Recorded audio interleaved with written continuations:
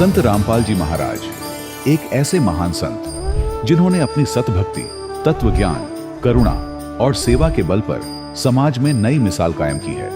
संत रामपाल जी महाराज की अगुवाई में उनके सभी सतलोक आश्रमों से समाज कल्याण के अद्भुत कार्यों ने समाज को सुनहरे भविष्य की एक नई उम्मीद दिखाई है। संत रामपाल जी महाराज से नाम दीक्षा लेने के बाद लाखों लोगों की लाइलाज बीमारियां जैसे कैंसर, एड्स आदि ठीक हुई। संत जी के ज्ञान से प्रेरित होकर उनके अनुयायियों ने लाखों यूनिट रक्तदान किया। संत जी ने लाखों बहन बेटियों का दहेज मुक्त विवाह करवाया।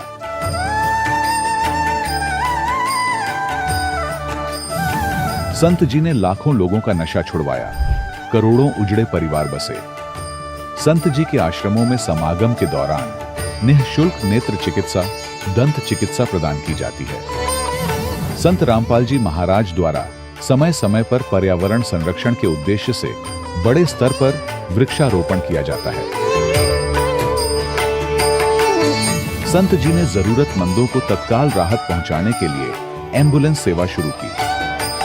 संत जी अपने अनुयायियों को देहदान के लिए प्रेरित करते हैं, जिससे मानवता की सेवा और चिकित्सा क्षेत्र में सुधार हो सके।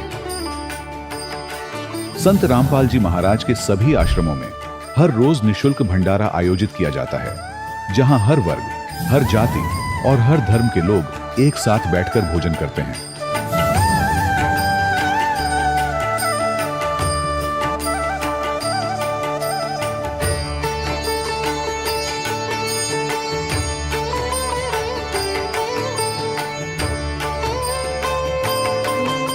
संत रामपाल जी महाराज की अन्नपूर्णा मुहिम ने गरीब और बेसहारा लोगों के जीवन में एक नई ऊर्जा और उम्मीद को जन्म दिया है। घर घर खाद्य सामग्री और जरूरी मदद पहुंचाकर संत रामपाल जी महाराज ने लोगों को दुख और मजबूरी से लड़ने की ताकत प्रदान की है।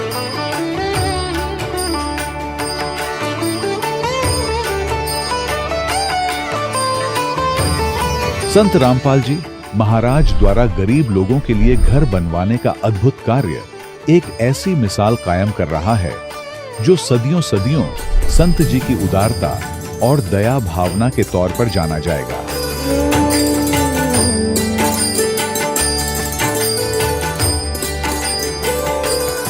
संत रामपाल जी महाराज के आश्रम में हजारों बुजुर्गों को सम्मान और प्यार के साथ जीवन जीने का अवसर मिलता है।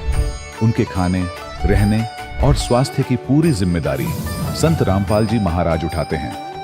अनाथ बच्चों के लिए संत रामपाल जी महाराज के सभी आश्रम किसी वरदान से कम नहीं। यहाँ उन्हें शिक्षा, संस्कार और भविष्य के लिए बेहतर अवसर प्रदान किए जाते हैं। चाहे बाढ़ हो, भूकंप या महामारी, संत रामपाल जी महाराज और उनके अनुयायी हमेशा ही जरूरतमंदों के लिए सबसे आगे खड़े रहते हैं। कोविड महामारी के दौरान संत रामपाल जी महाराज के आश्रमों से करोड़ों लोगों के लिए भोजन, दवाइयां और जीवन रक्षक सामग्रियां उपलब्ध कराई गई। चाहे गरीब की मदद हो या किसी शोषित और पीड़ित वर्ग के हक और सम्मान की लड़ाई, संत रामपाल जी महाराज ने हमेशा ही उनकी दबी आवाज को सरकारों तक पहुंचाया है और उन्हें उचित न्याय दिलवाने में अहम भूमिका अदा की है।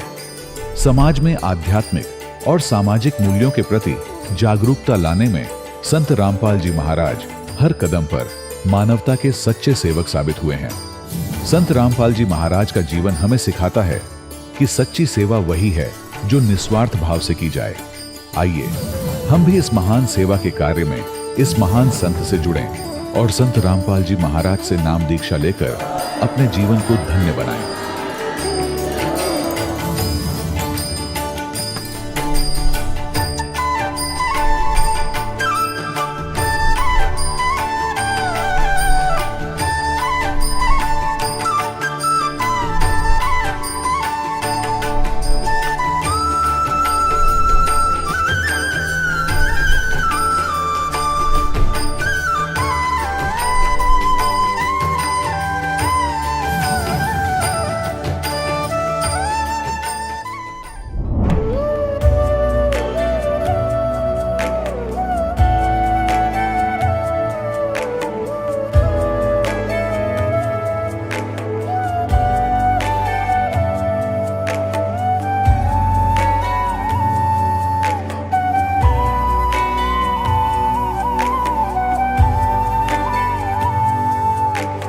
जब लग गुरु मिले न साचा, तब लग गुरु करो 10 पांचा। क्या गुरु बदल सकते हैं? क्या गुरु बदलने से पाप लगता है? अध्यात्म के इस मैदान में आखिर सही गुरु कौन है? गीता जी में वर्णित तत्वदर्शी संत कौन है? इन सभी प्रश्नों के उत्तर जानने के लिए अवश्य सुनिए जगत गुरु तत्वदर्शी संत रामपाल जी महाराज के मंगल प्रवचन। सत साहिब दर्शकों, हमारे जीवन में कभी कभी ऐसे क्षण आते हैं जब हम हर संभव प्रयास करते हैं, लेकिन समस्याओं से निकलने का सही रास्ता नहीं मिलता। आज हम आपको एक ऐसे व्यक्ति के जीवन के बारे में बताने जा रहे हैं जिन्होंने जीवन के हर पहलू में संघर्ष का सामना किया और अंततः उन्हें सच्ची राह मिली। ये हैं अमरोहा, उत्तर प्रदेश के दुष्यंत सिंह जी। इनका परिवार करीब 21 वर्षों से परमहंस पंथ से जुड़ा हुआ था, परंतु इतने वर्षों की भक्ति और साधना के बाद भी इनके जीवन में कष्ट और समस्याएं लगातार बनी रहीं। दुष्यंत जी को एक ऐसे संत की तलाश थी जो इन्हें कठिनाइयों से बाहर निकाल सके और सच्चा मार्ग दिखा सके। इस खोज में इन्होंने संत रामपाल जी महाराज से दीक्षा ली और तभी से इनके जीवन में चमत्कारी बदलाव आने शुरू हो गए और आज दुष्यंत जी और इनके परिवार का जीवन संत रामपाल जी महाराज की कृपा से पूरी तरह बदल गया और वे एक खुशहाल जीवन जी रहे हैं। दर्शकों, अब आइए सुनते हैं दुष्यंत जी के जीवन परिवर्तन की कहानी उन्हीं की जुबानी। सर नमस्कार। नमस्कार सर। क्या नाम है आपका? My name is Dushyant Singh. I am from to district Amroha UP near Gajraula smart city. Sant Rampal जी महाराज से नाम दीक्षा लेने से पहले आप क्या भक्ति साधनाएं करते थे? सर हम एक परम हंस नाम के पंथ में थे जहाँ पर मेरे पिताजी एज अ कंट्रोलर थे, संचालक। वहाँ काफ़ी समय से लगभग 20-21 साल से हम वहीं पर थे और वहाँ पर मेरे पिताजी काफ़ी लोगों को ले जाते थे, जुड़वाते थे और वहाँ जो इस टाइम पर महाराज बन के बैठे हुए हैं उन्हें मेरे पिताजी ने गाइड किया कि दीक्षा कैसे देनी है और काफ़ी बातें उन्हें सिखाई हैं। सर जैसा कि आपने बताया कि आप और आपका परिवार लगभग 20-21 साल से परमहंस पंथ से नाम दीक्षित थे, तो फिर आपने संत रामपाल जी महाराज से नाम दीक्षा क्यों ली?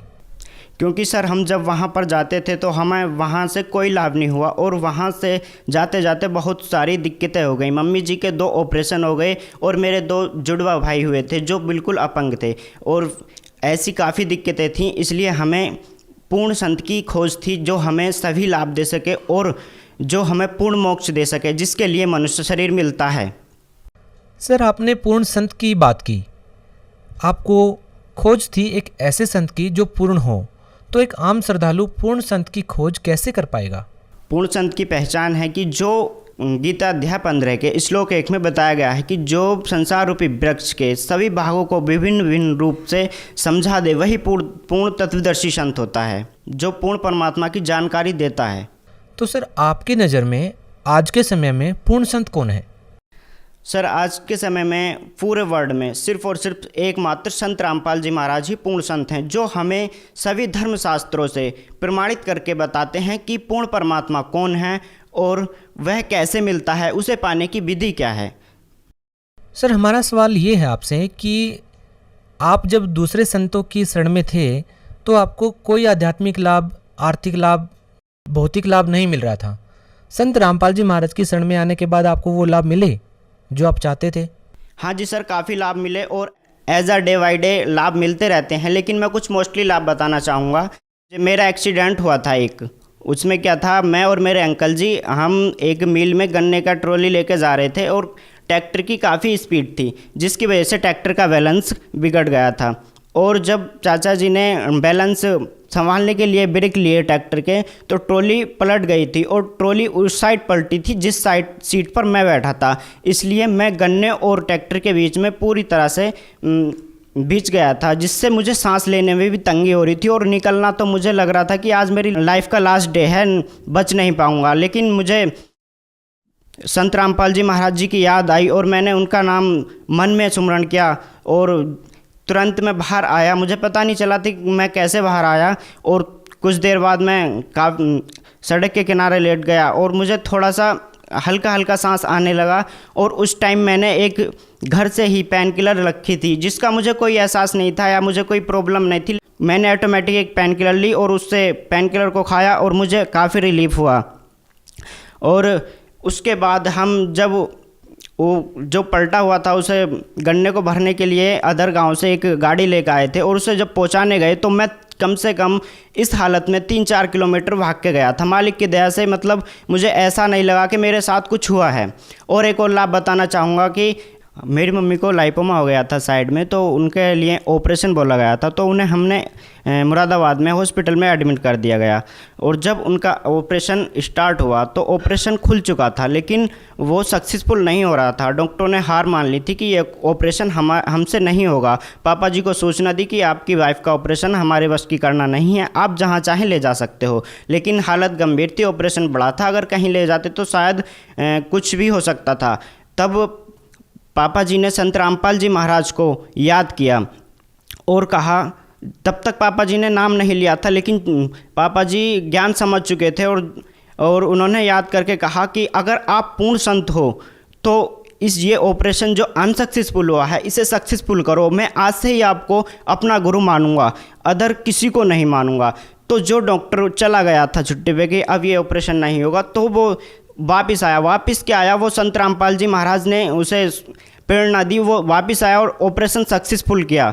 जिससे संत रामपाल जी महाराज बताते हैं कि करे करावे साइयाँ मल में नैल उठाए, दादू सिरधर जीप के आप बगल हो जाए। तो उसे जो प्रेरणा दी वो हमारे संत रामपाल जी महाराज ने दी, और संत रामपाल जी महाराज जी की कृपा से वो ऑपरेशन सक्सेसफुल हुआ और आज मेरी मदर बिल्कुल ठीक है। एक लाभ और बताऊँगा, जैसे मैं स्टडी करता था, 12th में था, तो रूम ले रखा था गजरोले में।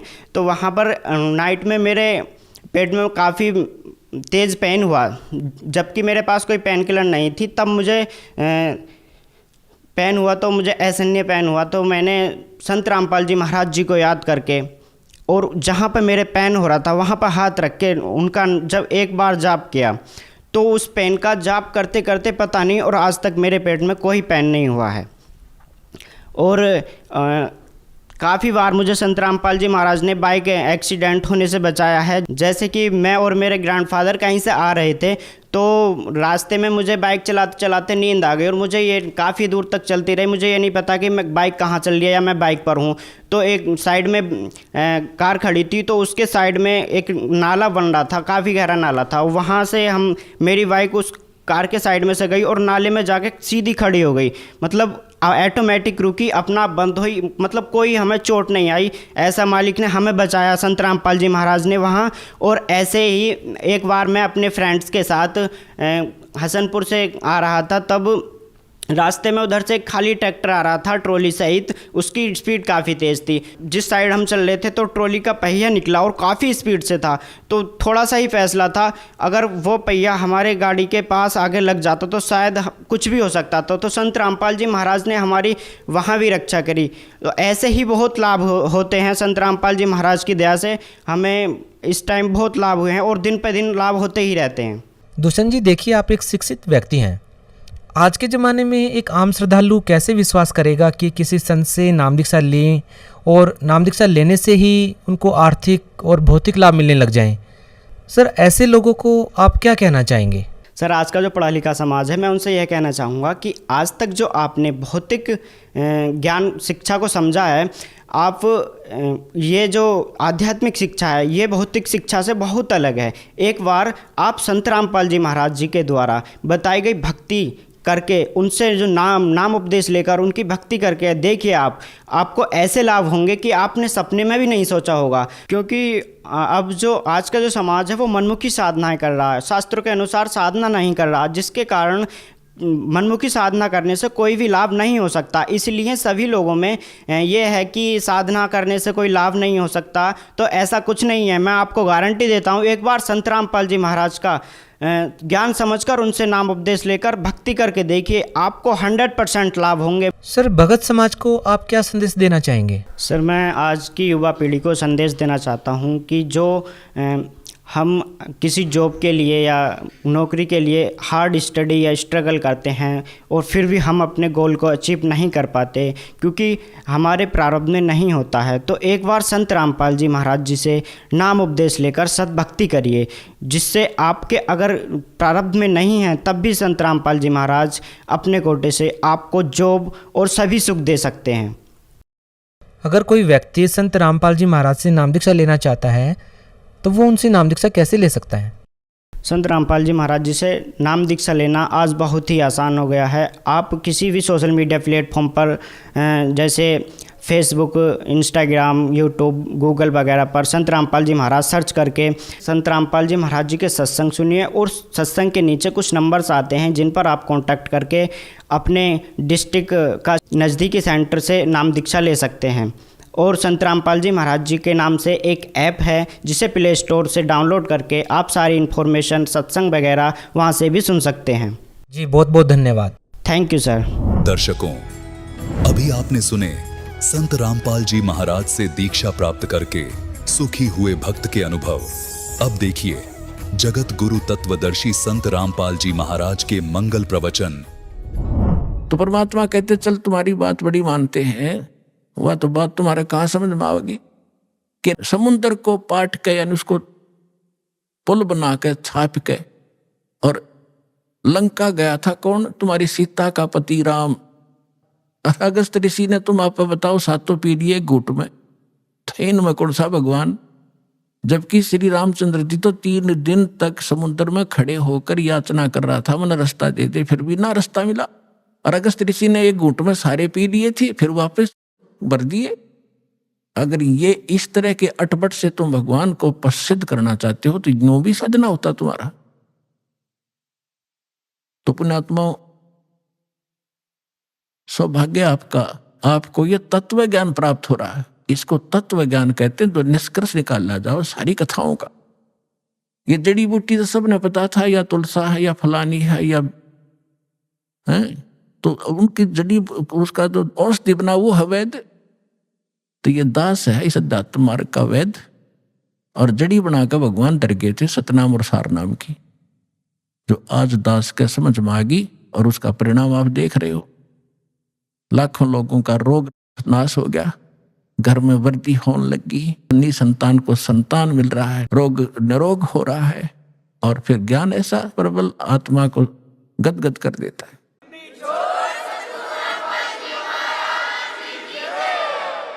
अपने आत्मा धर्मदास जी को परमात्मा ने तो थोड़े उदाहरण दिए थे दास ने, क्योंकि वो तो भगवान थे, अपने बारे में कहे तो ना समझ में आओ। इसीलिए एक गुरु की, एक दास की आवश्यकता होती है जो आत्मा और परमात्मा का मिलन करवावे। तो ये दास है इस विश्व में परमात्मा से मिलाने वाला, सच्चा ज्ञान बताने वाला और काल के बंध से छुड़वाने वाला।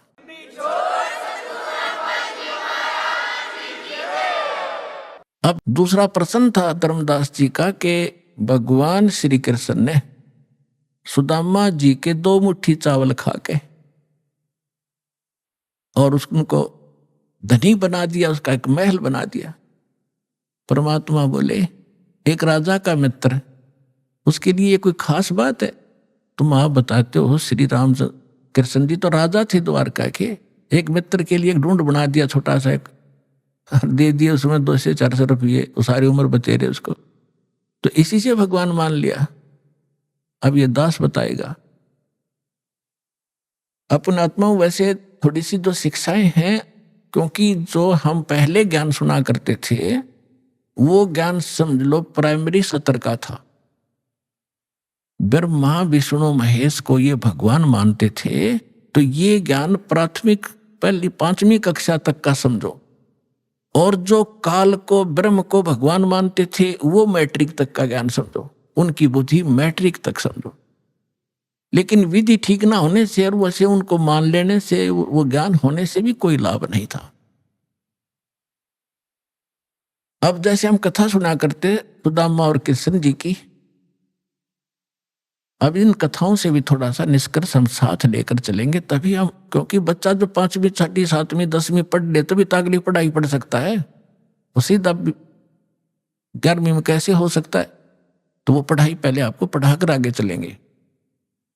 श्री कृष्ण जी बालकपन में और सुदामा जी एक ही पाठशाला में पढ़ा करते थे। और सुदामा ब्राह्मण थे,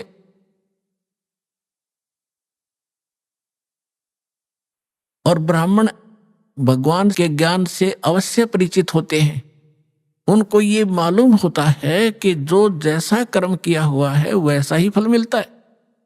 सुदामा और कृष्ण अपनी शिक्षा पूरी करके अलग अलग वो द्वारका के राजा बन गए। वो अपना एक ब्राह्मण, गरीब निर्धन ब्राह्मण था, 3-4 बालक थे, निर्वाह बिल्कुल नहीं चल रहा था, कई बार तो भूखे रह जाते थे, बच्चे भी रोया करते थे रोटियों को। अब सुदामा गणा निर्धन था। उसकी पत्नी बहुत बार कहा करती थी कि आप कहते हो श्री कृष्ण राजा हैं, वो मेरे क्लास फेलो थे, तो क्लास फेलो की तो क्लास फेलो गणी इज्जत करा करे, आप जाओ कुछ धन मांग लिया, आप तो ब्राह्मण हो।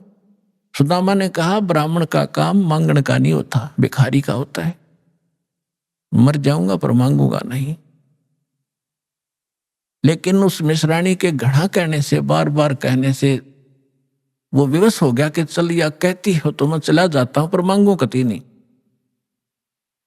वो कहा करता था सुदामा कि मेरे भाग में नहीं है, मैंने पिछले जन्म में धर्म नहीं करा, क्या कोई पुण्य नहीं करा, जिस कारण से मैं निर्धन हूं। अगर मैंने दान किया होता मैं निर्धन नहीं होता, और आज मुझे ज्ञान है तो मेरे पास धन नहीं, मैं तो दान कर दूं। अब जब वो चलने लगा, जैसे आज आप जी भी जाते हो कि रिलेटिव के पास, मित्र के पास कुछ फल ले जाते हो, तो पहले कोई कसार ले जाया करता था, कोई चावल भून के ले जाता था। तो ऐसे वो कुछ चावल बांध दिए अकेले, और तो हमारे पास कुछ है नहीं, अपने मित्र के पास यही ले जा। और फटे पुराने कपड़े जैसा भी है वो वहां चले गए। अब श्री कृष्ण जी ने उसकी हालत देखी, पूछा कि आओ मित्र, बहुत दिनों में मिले और क्या हाल है परिवार का? तो श्री सुदामा जी ने कहा जी ठाठ है, भगवान की दया से कोई कमी नहीं किसी वस्तु की। लेकिन वो तो समझ गए थे, जिसी बालक थोड़े थे श्री कृष्ण जी, 3 लोग के मालिक हैं, वो समझ गए कि तो दुखी गणा हो रहा है।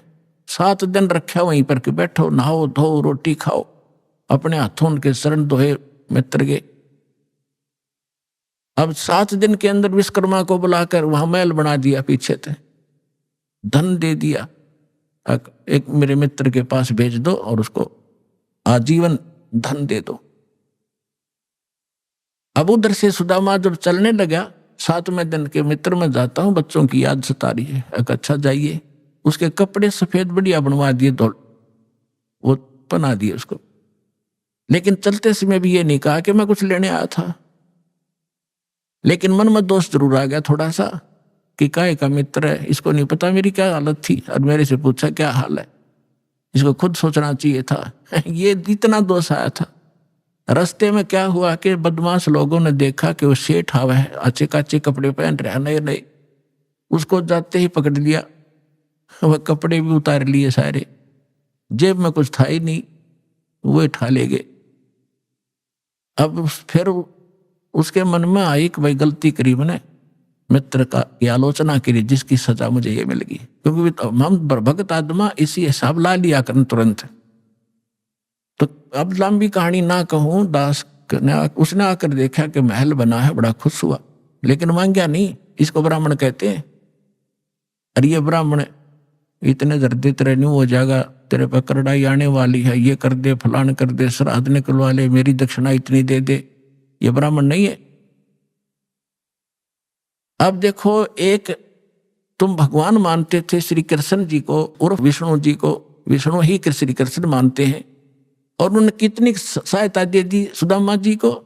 एक मकान बना दिया छोटा सा पक्का, और एक जीवन का निर्वाह भी दे दिया।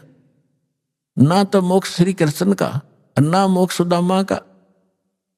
अब उस समर्थ परमात्मा ने क्या दिया, एक तैमूर लंग नाम का एक लोहार था मुसलमान धर्म में, और वो बहुत निर्धन थे, भेड़ बकरियों का पाली जाया करता था, साहूकार लोगों का।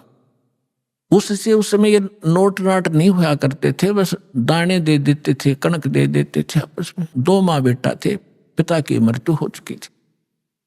इतना निर्धन थे कि बस हैंड टू माउथ ही थी। उसकी माता बड़ी भाग्यवान थी, बहुत धार्मिक व्यक्ति की थी। कोई भी रास्ते चलता व्यक्ति आ जाता था, उसके घर पे खाना खाए बिना जान नहीं देती थी। कई बार तो ऐसी स्थिति देखी है उन्होंने कि अतिथि आ गया, तैमूर लंग के संस्कार बढ़िया बने हुए थे, और माँ ने रोटी बनाई, घर में एक अतिथि की रोटी थी, उसी अतिथि को खिला के स्वयं दोनों माँ बेटा भूखे सो जाया करते थे। ऐसे संस्कार उसके अंदर पड़े हुए थे। और ये पिछले जन्मों से परमात्मा के हंस थे तैमूर लंग भी, लेकिन हम बीच में गलती कर जाते इसलिए भटकते रहते। एक दिन तैमूर लंग बकरियां चरा रहा था साहूकारों की, स्वयं पाली बनकर, और जो खाना लेकर गया था घर से वो खा चुका था। अब परमात्मा उसी समय जिंदा महात्मा का रूप बनाकर उस पाली के पास पहुंच के तैमूर लंग के पास वृक्ष के नीचे बैठा था। बकरियां चर रही थी, कुछ वृक्षों के नीचे बैठी थी। तो तैमूर लंग ने कहा कि महात्मा, संस्कार थे माँ के कि कोई भी अतिथि मिल जाए बेटा भोजन की अवश्य प्रार्थना करना। क्या महाराज खाना खाओगे? कहाँ बेटा, भूख लगी है। उसने कहा महाराज थोड़ी देर लेट आए थोड़े से, मैं भोजन खा चुका हूं और अभी मैं घर से लाऊंगा, सामने घर है, थोड़ी दूरी पे है हमारा घर गांव में, और अभी लाता, मेरी माँ बहुत अच्छी है, जाते बना देगी। और ऐसे करना भगवान, मेरी बकरियों का ध्यान रखना, हम गरीब बहुत है, एक बकरी भी इधर उधर होगी तो मैं पूरी नहीं कर पाऊंगा धनी की, मुझे बहुत दुख होगा। परमात्मा बोले बेटा चिंता ना करें, मैं खूब रखवाल करूंगा। वो घर गया, माँ से प्रार्थना की कि ऐसे ऐसे राह चलता संत है, भूखा है माँ। माँ ने जब घर में इतना आटा था, केवल 2 रोटी बनाई, 2 ही रोटी बनी, दोनों रोटी बना के लेकर आएगी। माँ ने कहा कि बेटा मैं भी चलती हूं, मैं बर्तन ले आऊंगी, तू वहां अपना रखवाली करना, पाली रहना। दोनों आगे दर्शन भी करके आऊंगी साधु के।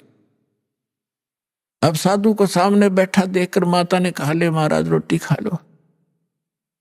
परमात्मा खाना खान लगा तो इतने में माई ने 3-4 बार प्रार्थना कर दी, महाराज हम गढ़े गरीब हैं, हमारे पास तो कई बार भोजन भी नहीं होता, दया करो, कुछ आशीर्वाद दो, हमारा गुजारा ठीक चले।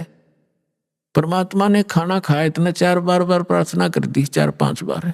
परमात्मा खड़े हुए, एक बकरी बांधन की बेल पड़ी थी, पतली सी लोहे की बेल होती है जैसे पशु बांधा करें, उसको ऐसे 4 बार मोड़ लिया, वह इतनी रहेगी। रोटी खा के पानी पी कर लोटा खड़े हुए साधु, और उस लड़के के सिर पर हाथ धर के कड़म मारी, 7 मारी, 7 सांगल वो बेल मारी कड़ पे, 1 2 3 4 7 तक गिनी। माई ने सोचा बाबा जी मेंटल है और मैंने घना छेड़छाड़ दिया, जो दुखी हो गया, बेटे को कूटने लग गया। तो माई ने पूछा महाराज मेरे बेटे ने कोई गलती कर दी? अक नहीं माता, तेरे बेटे को 7 पीढ़ी का राज दे दिया मैंने, 7 पीढ़ी का राज बख्श दिया है, और उसके बाद तेरा राज टुकड़ों में बट जाएगा। माई ने सोची बाबा सचमुच मेंटल है, फिर मारी थी बच्चे का 5-4 मुक्के, 1-2 लात मारी कि ये लात मुक्के इसलिए मारे हैं, फिर तुम्हारे टुकड़ा में राज बट जाएगा। तैमूर लंग से लेकर औरंगजेब तक दिल्ली की राजधानी पर, राजगद्दी पर तैमूर लंग के वंशजों ने 7 पीढ़ी ने राज किया। औरंगजेब के बाद ये टुकड़ों में बट गया था, इतिहास गवाह है।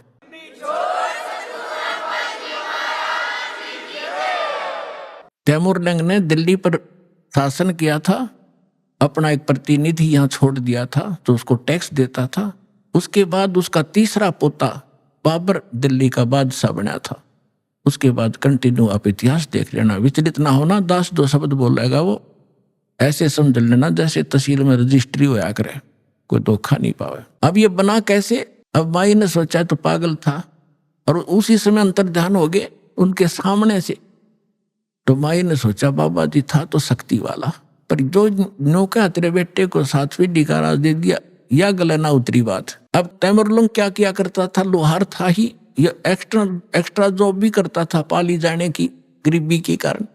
उधर से एक लोहार के एरन पर चोट लगाता था, ओवर टाइम करता था शाम को आकर के, वो उसको थोड़ा बहुत और अन्न दे देता था महीने 2 महीने में, इससे वो गुजारा करे थे। तो जिस एरन पर वो चोट मारने के लिए उस लोहार के पास जाता था, लोहार अपनी कोई औजार बनाता था तो वो घंट चलाया करता था, घंटे 2 घंटे शाम को। लोहारों के पास इसी समय शाम को ज्यादा कार्य होता था। तो एक दिन परमात्मा उसी जिंदा महात्मा के रूप में तैमूरलंग को दिखाई दिए स्वप्न में, और कहा बेटा वो एरन मोल ले लो तुम, जहां तू सर्विस करने जाता है और टाइम करता है, वो एरन मोल ले ले।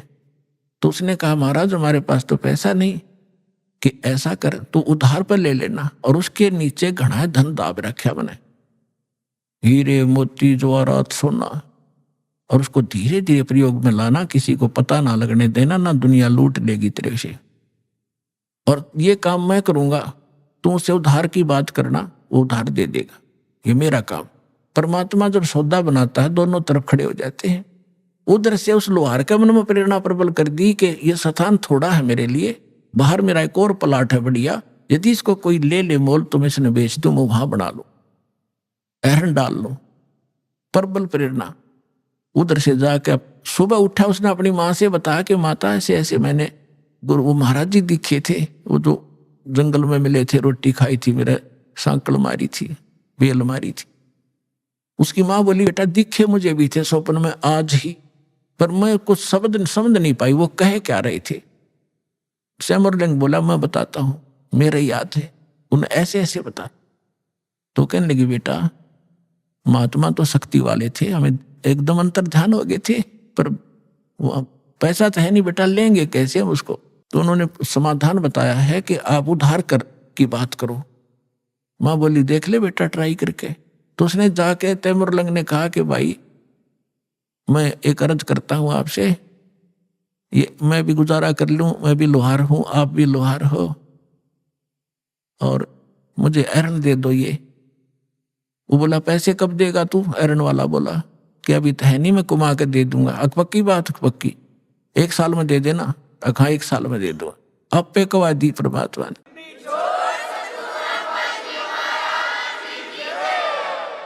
तो तैमूरलंग के ठिकाना नहीं रहा खुशी का, एरन भी छोड़ दे, एरन भी छोड़ दूंगा, पुराना हो रहा है। वहां जाके अपना नया गार्ड लिया एक लोहे का लठ उसने, और वो वहीं छोड़ गई। माँ बेटा ने चारों तरफ 4 द्वारी बनाई, कच्ची ईंटें बना बना कर कुछ, उस पर एक झोंपड़ी सी डाल ली और एरन बाहर रख लिया। नीचे से खोदा तो न्यो का नो धन पाया उसने। अपने आत्माओं उस समय जब ये पाली जाया करता था तैमूरलंग, उस समय उसने एक घटना देखी थी जो उसके हृदय को छू गई थी, वो मिट नहीं रही थी हृदय से। उसी नगरी का राजा घना निकम्मा था और गांव की सुंदर लड़की उसके एजेंट बता दिया करते थे, और वो अपने मंत्री और सैनिकों को द्वारा उन लड़कियों को उठा ले जाता था, उनके साथ विलास किया करता था। एक दिन ऐसी एक लड़की गांव की तैमूरलंग के ही आसपास घर की चारा लेकर आ रही थी खेतों से, सुंदर लड़की थी। राजा के कर्मचारी उसको अपहरण करने लगे। उसने आवाज लगाई, रे तैमूरलंग, ए तैमूरलंग मुझे बचा भाई, तैमूरलंग मुझे बचा भाई। तैमूरलंग ने देखा भाई सचमुच ये तो बकवादी आदमी है। पाड़ी के पास तो लठ होता है, डंडा लेकर लठ बाज लिया, ताबड़ तोड़ लाग गया उन सैनिकों ने कूटने। वो 4-5 थे, वो अकेला था, तो उन सैनिकों ने उसको इतना पीट दिया, मार दिया, कति खत्म करके डाले गए, पीठ छेद कर लड़की को उठा ले। जब वो होश में आया उसके बाद उसने एक प्रतिज्ञा कर ली कि यदि मैं राजा बन गया इसको सबक सिखाऊंगा इस राजा को। अब राजा की सपने भी नहीं, पर मन में तो आवे है सब कही बात। उधर से क्या हुआ, उसने धन देखा, दोनों माँ बेटा खुशी का ठिकाना नहीं। लेकिन निर्देश जो महाराज ने दे रखा था वो याद रखा, कुछ धन निकाला दूर देश में जाकर बेचा। वहां से क्या किया उसने, घोड़े लाया, पहले घोड़े लाया, घोड़े लाकर बेच दिया, क्यों उधर घोड़ों का व्यापार ज्यादा होता। तो लोगों ने सोचा इसका व्यापार में बहुत वृद्धि होगी, एकदम ये तो बहुत, एक दो घोड़ा लाया, फिर 10-10, 20-20 लाला बेचने लग गया।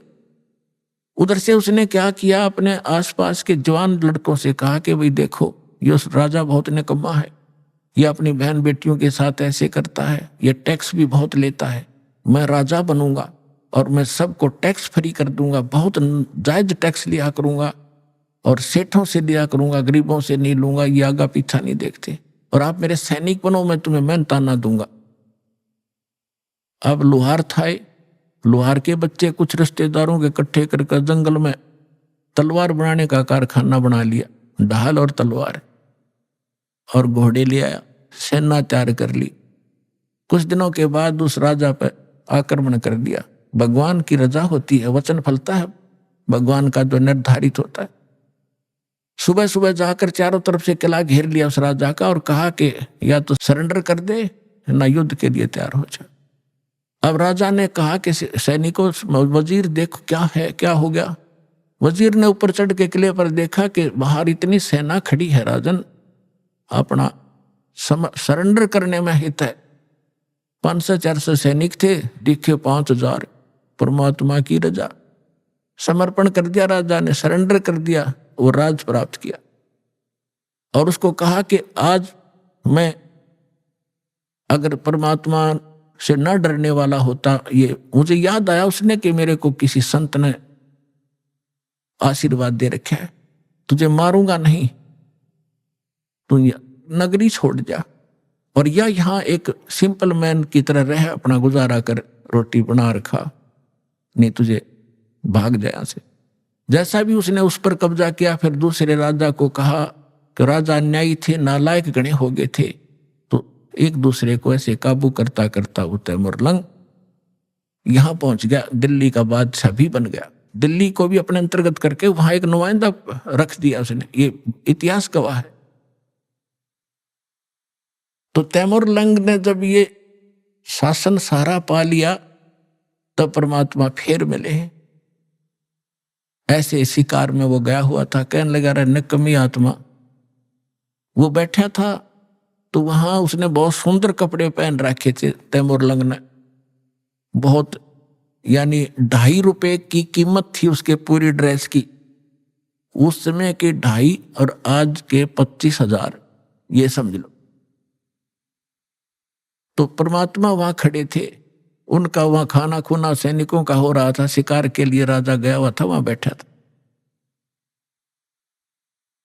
तो आके परमात्मा भी किसी अन्य रूप में वहां खड़े हो गए। तो कहने लगे राजा आपकी क्या कीमत है। एक सामने एक व्यक्ति खड़ा होकर कह रहा है कि आपकी क्या कीमत है, कि आप ही बता दो मेरी क्या कीमत है, कि तेरी कीमत है 2.5 रुपये। राजा बोला गलत बोल रहा है, 2.5 रुपये का तो मेरा ही ड्रेस है, बोला इससे इसकी कीमत है, तो ते कानने का भी को नहीं। निकम्मी आत्मा, तेरे को इसलिए ये राज्य दिया था कि कर्म फोड़ अपने। परमात्मा ने वो रूप बना लिया जो वो दिन भूल गया, तू एक बकरी चराता फिरता था, गिड़गिड़ा रहे थे, आज भूल गया भगवान को, शरणा में पड़ गया। उसी समय अपने बेटे पोतों को देकर राज और लेकर दीक्षा और फिर से भक्ति शुरू करी। तो पुण्यात्माओं, सुदामा को एक ढूंढ बना दिया, एक छोटा सा मकान वो दे दिया, 1 साल एक जीवन का गुजारा, तो क्या अमर हो गया वो। 7 पीढ़ी का राज दे दिया कबीर साहब ने, एक रोटी खा के, और फिर मोक्ष दिया उस प्राणी को। ये न्यारी ताकत है कबीर भगवान की। बोलो सतगुरुदेव।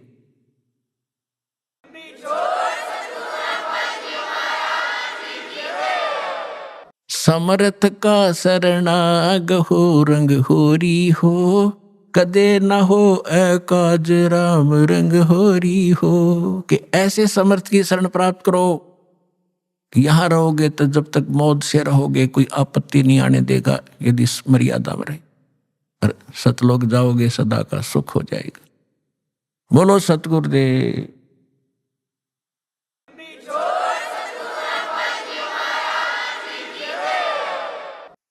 परम पिता परमात्मा पूर्ण ब्रह्म सारी सृष्टि के रचनहार कबीर देव कबीर साहिब कबीर परमेश्वर जी की असीम रजा से आप सभी पुण्यात्माएं सत्संग सुनने के लिए उपस्थित हुए। जिस प्राणी के बहुत ही अधिक पुण्य उदय होते हैं वो मानव शरीर प्राप्त करते हैं, और जिन मानव शरीर प्राप्त प्राणियों को सत्संग प्राप्त होता है वो बहुत ही शुभ संस्कारी हंस होते हैं।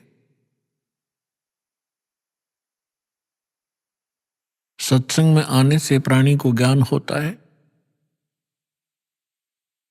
कि आप कहाँ रह रहे हो, आपके जीने का उद्देश्य क्या है, मनुष्य शरीर किस लिए प्राप्त हुआ है। आप आज मानव शरीर प्राप्त हैं और आपको कितनी सुविधाएं प्राप्त है। अन्य पशु पक्षियों को आप देखते हो, कभी ध्यान भी नहीं देते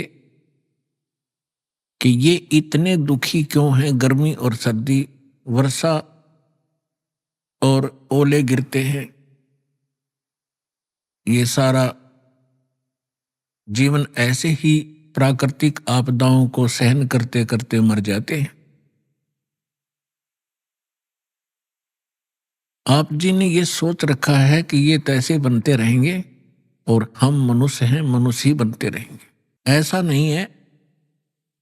ये भी कभी मानव थे, ये भी कभी मनुष्य थे, और इनको तत्वदर्शी संत सतगुरु मिले नहीं। ये भी अपने अनमोल मनुष्य जीवन को ऐसे ही व्यर्थ कर गए जैसा कि हम सतगुरु प्राप्ति से पूर्व कर रहे थे।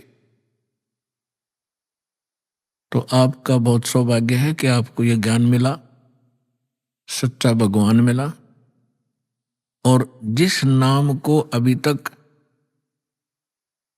बहुत ही गुप्त रखा हुआ था वो आपको सतनाम मिला। अब परमात्मा ने कसर नहीं छोड़ी आपके ऊपर रहम करने की। अब आप इस रजा को बना के रखना, भूल मत जाना और गफलत ना करना। जो भी जिस भी समुदाय में जन्मा है अपने पर उसी कर्म को, उसी साधना को सत्य मान रहा है, और यही सबसे बड़ी भूल है इस प्राणी की। क्योंकि साधना कौन सी ठीक है, ज्ञान कौन सा ठीक है, भगवान कौन पूर्ण है, ये जानकारी का कोई आधार बनाकर हमने चलना पड़ता है। अपनी अपनी डफली, अपने अपने राग से अब काम चलेगा नहीं। परमेश्वर ने स्वयं आकर के जो निर्णय दे दिया, पहले तो आप जी को ये प्रूफ कर दिया गया है कि परमात्मा कौन है। इसमें तो कोई शंका रही नहीं कि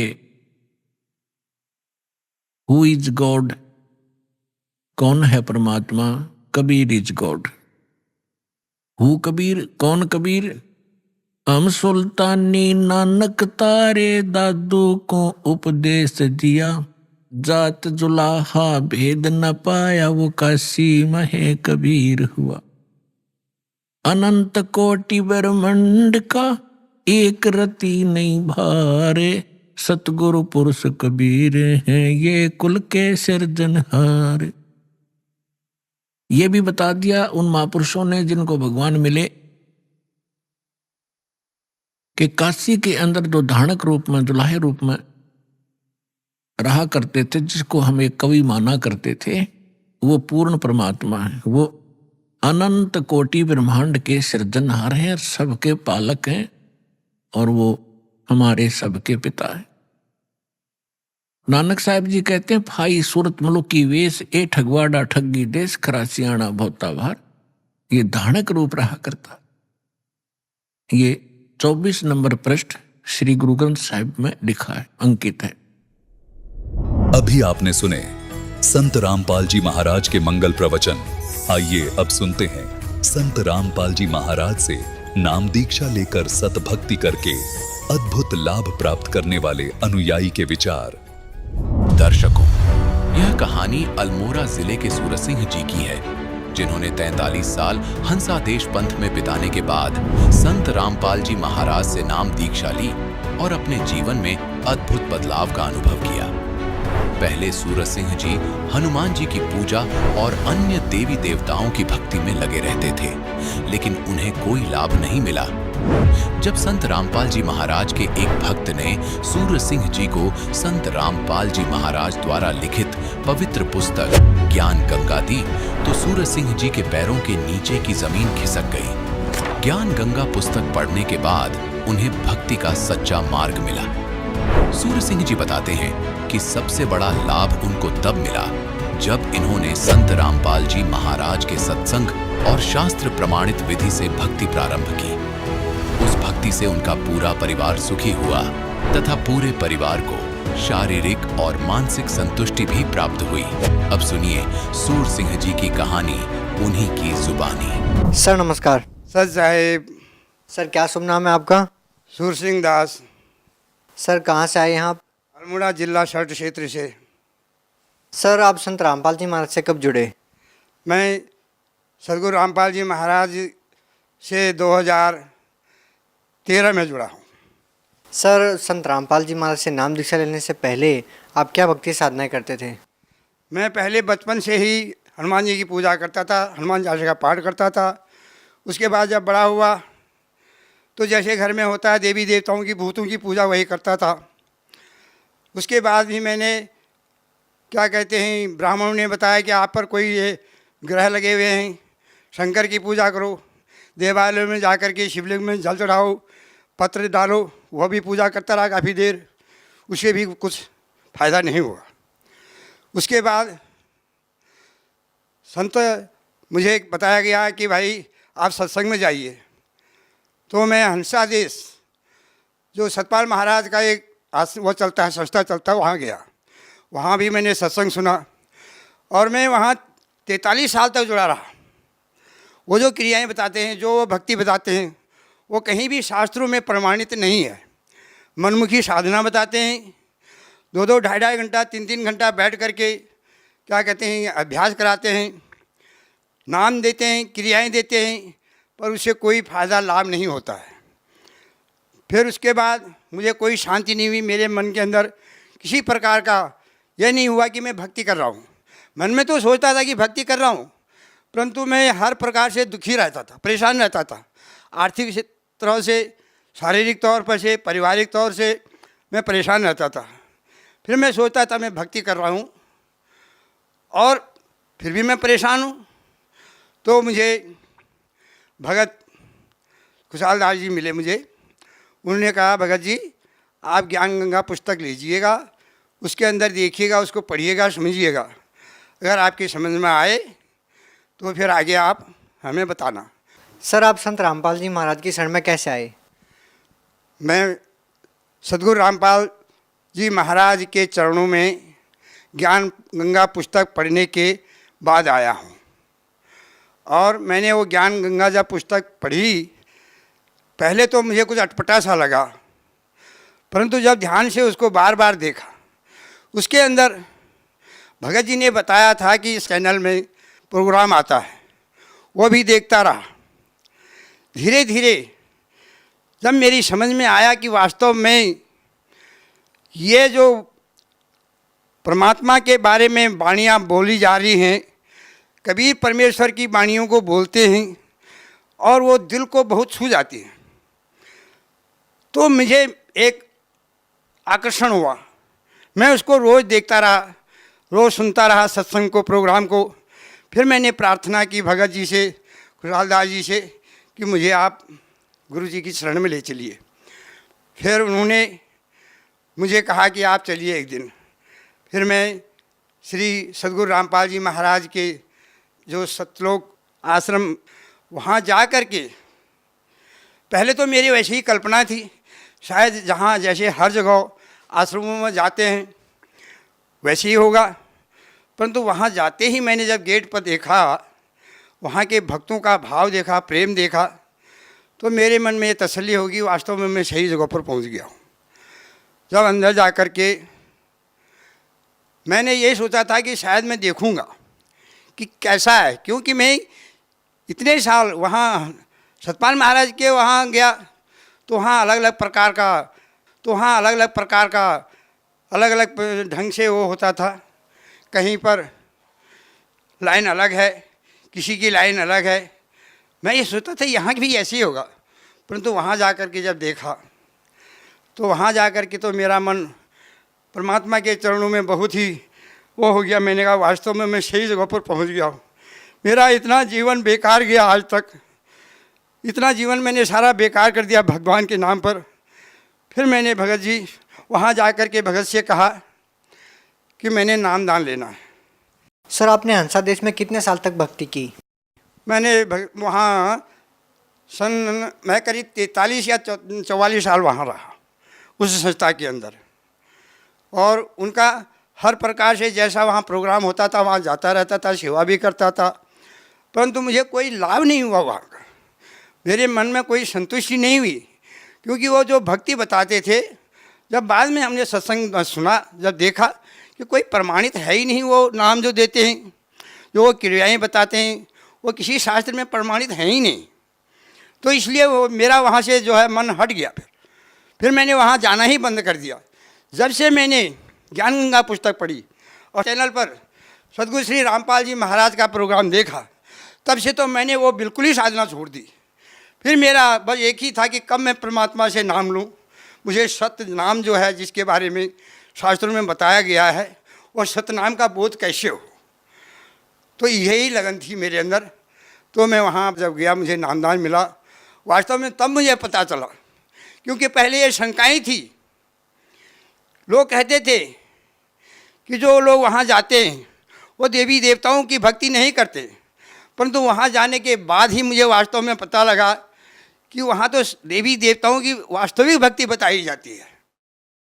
तो इसी तरह से मैं वहाँ भक्ति परमात्मा के चरणों में लगा। सर संत रामपाल जी महाराज से नाम दीक्षा लेने के बाद आपको क्या लाभ मिले? सबसे पहला लाभ तो मुझे ये मिला कि जो मनुष्य जीवन हमें मिला हुआ है, ये परमात्मा की भक्ति के लिए मिला हुआ है, लौक 84 के बंधन को काटने के लिए मिला हुआ है। तो सबसे प्रथम सबसे बड़ा लाभ मुझे वहाँ भक्ति मिली और मेरे मन को शांति मिली। ये संसार की जो भटकना है, कोई कहीं भाग रहा है, कोई कहीं भाग रहा है, कोई क्या कहते तीर्थों में भ्रमण कर रहा है, अनेक प्रकार के भ्रमित हो रहे हैं लोग। मुझे उन भ्रमणाओं से बचा दिया। सबसे पहला लाभ तो मुझे ये हुआ। और दूसरा लाभ, मुझे सद्भक्ति मिली और मुझे शारीरिक सुख मिला, मेरे मन में संतुष्टि हुई।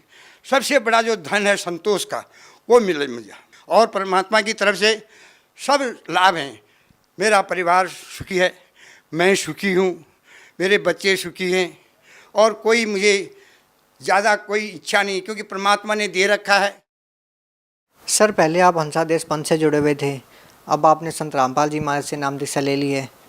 सर ऐसा कहा जाता है कि गुरु नहीं बदलना चाहिए, गुरु बदलना पाप होता है। सर क्या कहना चाहेंगे? कहा गया है कि गुरु करिए 10 और 5, जब तक गुरु ना मिले साचा। दत्तात्रेय ने बताते 24 गुरु किए थे, जबकि एक गुरु करने के बाद उनको अगर संतुष्टि नहीं हुई, जैसे एक वैद्य के द्वारा हमारा इलाज नहीं होता है, तो हम अन्य डॉक्टर वैद्यों के खोज करते हैं, जहाँ से हमारी बीमारी ठीक होती है। इसी प्रकार से जो हमारे अंदर एक जीव के अंदर जन्म मरण का रोग लगा हुआ है, जो उस बीमारी को काटे, सदगुरु वैद्य वचन विश्वासा है नहीं, संयम यौन विषय का आशा।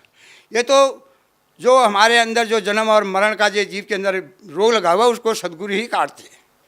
और श्री संत रामपाल जी महाराज वो दवाई देते हैं, वो नाम देते हैं, वो विधि बताते हैं, जिसके द्वारा यह जीव जन्म मरण के बंधन से मुक्त हो सकता है।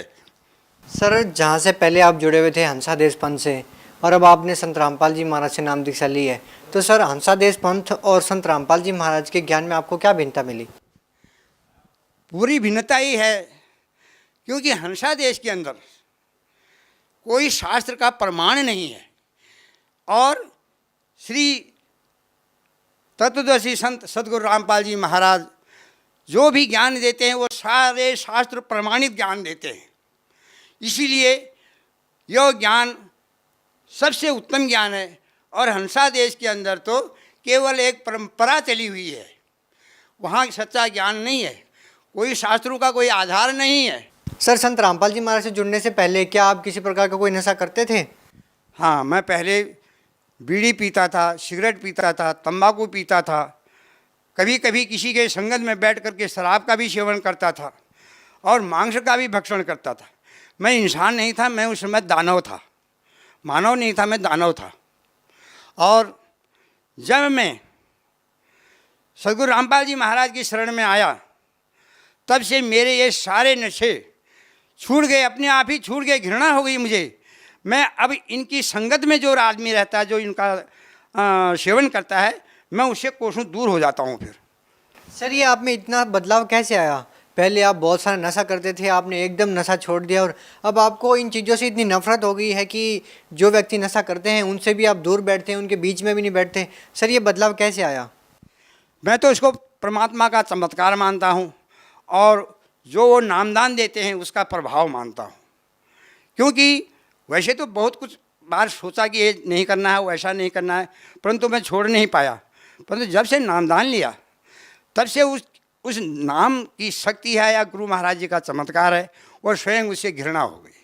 सर, अमूमन देखा जाता है कि जो नशे के आदी जो लोग होते हैं वो नशा नहीं छोड़ पाते हैं। सरकार भी इसके लिए बहुत सारी योजनाएं चलाती हैं, नशा मुक्ति केंद्र खोले जाते हैं, लेकिन उसके बावजूद भी लोगों का नशा नहीं छूटता है। सर, आखिर संत रामपाल जी महाराज ऐसा क्या ज्ञान देते हैं, ऐसी क्या बातें बताते हैं कि जो श्रद्धालु उनसे जुड़ते हैं वो नशा छोड़ देते हैं? कहा गया है, तरु कोठर में बसे विहंग, तरु काटे मरे न जैसे, साधन करिए विचारहीन तब मन शुद्ध होए ना कैसे। जब साधन ही हम विचारहीन करेंगे, मन हमारा शुद्ध कैसे होगा? क्योंकि ये जो प्रवृत्ति है मन की है, और परमात्मा जो है जो मंत्र देते हैं, जो नाम दान वो तभी देंगे, उसके अंदर कुछ मर्यादाएं हैं। उन मर्यादाओं का जब पालन करेंगे तभी हम उसका लाभ ले पाएंगे। अगर हम मर्यादाओं को भंग कर देंगे तो उसका जो लाभ है वो हमें नहीं मिलेगा। सर, पहले आप हंसादेश पंथ से जुड़े हुए थे, वहाँ पर है कि आपने 44 साल तक उनके द्वारा दी गई भक्ति की, उससे आपको कोई लाभ नहीं मिला। सर, जो लोग आज भी हंसादेश पंथ से जुड़े हुए हैं उन लोगों को सर आप क्या संदेश देना चाहेंगे, उनको क्या कहना चाहेंगे?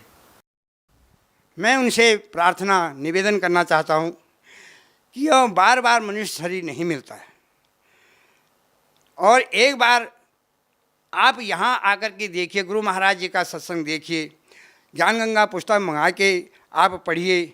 आज पढ़ा लिखा समाज है, आज कोई अनपढ़ नहीं है, और उस पर विचार कीजिए और अपना अमूल्य जीवन जो है इसको व्यर्थ मत जाने दीजिए। सती भक्ति जो शास्त्रों के अनुसार है उसको प्राप्त कीजिए और अपना कल्याण करवाइए, अपने परिवार का कल्याण करवाइए। वैसे नहीं आ सकते हो, एक बार दर्शन करके देखिए, वहाँ के माहौल को देखिए कि वहाँ किस प्रकार का माहौल है, कैसे भक्त लोग हैं, क्या वहाँ भक्ति दी जाती है। एक बार मैं उनसे प्रार्थना करता हूँ सभी भाई बहनों से कि आप एक बार अवश्य श्री सद्गुरुदेव श्री रामपाल जी महाराज का सत्संग सुनिए और उनसे नामदान लेकर के अपना कल्याण करवाइए। सर, आप भगत समाज को क्या संदेश देना चाहते हैं? भगत समाज को तो यही संदेश क्या देना है, मेरी तो प्रार्थना है। मैं संदेश के लायक भी नहीं हूँ, मैं प्रार्थना करता हूँ कि आप ज़रूर इस मानव जीवन का कल्याण करिए, नामदान लीजिएगा और श्री सद्गुरु रामपाल जी महाराज के चरणों में आकर के अपने जीवन को कृतार्थ कीजिएगा और इस मनुष्य जीवन को सार्थक बना करके लौह 84 के बंधन से मुक्ति होने का प्रयास कीजिए। जी, बहुत बहुत धन्यवाद आपका। सत साहिब।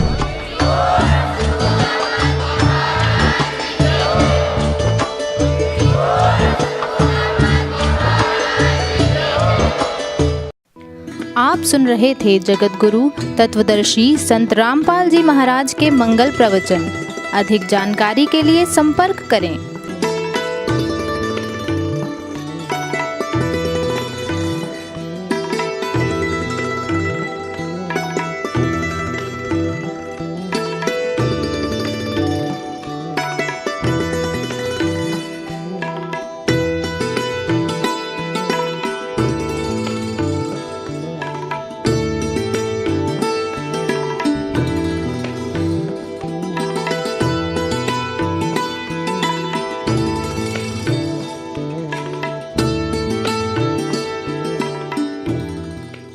जगत गुरु तत्वदर्शी संत रामपाल जी महाराज जी के पावन सानिध्य में भक्ति की अलख जगाने तथा श्रद्धालुओं को सत्य भक्ति मार्ग का रास्ता दिखाने हेतु कनाडा के लोकप्रिय channel the TV NRI channel पर जगत गुरु तत्वदर्शी संत रामपाल जी महाराज जी के मंगल प्रवचनों का प्रसारण प्रतिदिन सुबह 7:30 बजे से 8:30 बजे तक तथा रात्रि 7:30 बजे से 8:30 बजे तक किया जा रहा है। इस सत्य भक्ति मार्ग को अपनाने के लिए अधिक से अधिक सत्संग प्रसारण देखें। इस सत्संग प्रवचन का सीधा प्रसारण संत रामपाल जी महाराज लाइव सत्संग YouTube चैनल और जगत गुरु संत रामपाल जी महाराज Facebook पेज पर भी देख सकते हैं।